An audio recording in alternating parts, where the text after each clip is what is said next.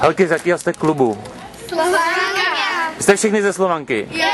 Tak kecejte. A jak že nemáte dresy slovankovský? Máme. Pod tím. A komu...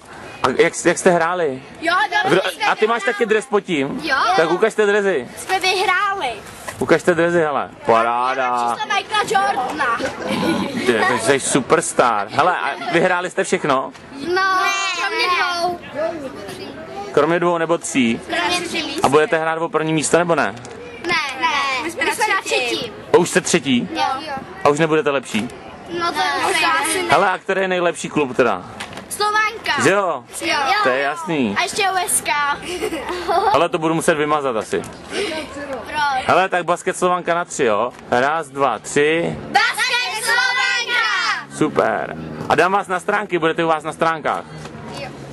Víte, kde to je? Jo. www.cz, Teďka Basket Slovanka. že jo? A v sekci, do jaký to mám dát sekce? Co jste, starší minižákyně? My jsme minižák. Minižákyně? Jo. Tak to budete tam muset někde najít, jo? Prostřední. Tak tak. Jo, ještě jsem zapomněl, jak se jmenujete, tak jdem. Helena. Sára. Adéla. Klára. Aneta. Všechny ze Slovanky, že jo? Jo. Hezky. Slovanka, let's go. A nechcete dát do novin?